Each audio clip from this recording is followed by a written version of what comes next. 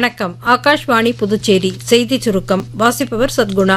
புதுச்சேரியில் இன்று பல்வேறு நிகழ்ச்சிகளில் கலந்து கொள்ளும் குடியரசு துணைத் தலைவர் திரு சி.பி. ராதாகிருஷ்ணன் இன்று மாலை கேரளா செல்ல உள்ளார். திருவனந்தபுரத்தில் நடைபெறவுள்ள கலாச்சார நிகழ்ச்சி ஒன்றில் பங்கேற்கிறார். நாளை வர்க்கலாவில் நடைபெறும் 93வது சிவகிரி யாத்திரையில் பங்கேற்கும் அவர் பின்னர் திருவனந்தபுரத்தில் உள்ள கல்லூரி ஒன்றின் பவழ விழா கொண்டாட்டத்தின் நிறைவு நிகழ்ச்சியிலும் கலந்து கொள்கிறார். தொடர்ந்து நாளை மாலை ராமேஸ்வரத்தில் நடைபெறவுள்ள 3வது காசி தமிழ்ச் சங்கமம் நிறைவு விழாவில் சிறப்பு விருந்தினராக கலந்து கொண்டு உரையாற்ற உள்ளார்.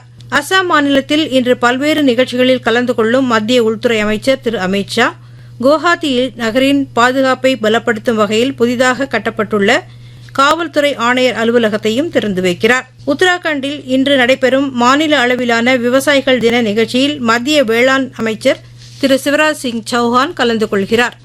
ஒவ்வொரு மாதமும் 2வது வியாழக்கிழமை விவசாயிகள் தினமாக கடைபிடிக்க அம்மாநில அரசு முடிவு செய்துள்ளதாகவும் விவசாயிகளுடன் நேரடியாக கலந்துரையாடி அவர்களின் பிரச்சினைகளை தீர்க்கவும் அரசு திட்டங்கள் குறித்த விழிப்புணர்வை ஏற்படுத்தும் வகையிலும் இத்தகைய நிகழ்ச்சிகள் நடத்தப்படுவதாக உத்தராகண்ட் மாநில விவசாயத்துறை அமைச்சர் திரு கணேஷ் ஜோஷி தெரிவித்துள்ளார்.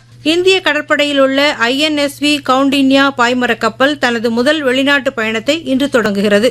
தலைநகர் டெல்லியில் சுற்றுச்சூழல் மாசுபடுவதை கட்டுப்படுத்த கான்பூர் IIT-யுடன் இணைந்து செயற்கை நுண்ணறிவு அடிப்படையில் தரவுகள் சேகரிக்கப்படும் என்று டெல்லி அரசு அறிவித்துள்ளது. தோஹாவில் நடைபெற்ற உலக ரேபிட் செஸ் சாம்பியன் போட்டியில் இந்தியாவின் கோனேரு ஹம்பி, அர்ஜுன் எரிகேசி ஆகியோர் வெண்கலப் பதக்கம் வென்றனர். இத்துடன் இந்த செய்தி சுருக்கம் நிறைவு பெறுகிறது.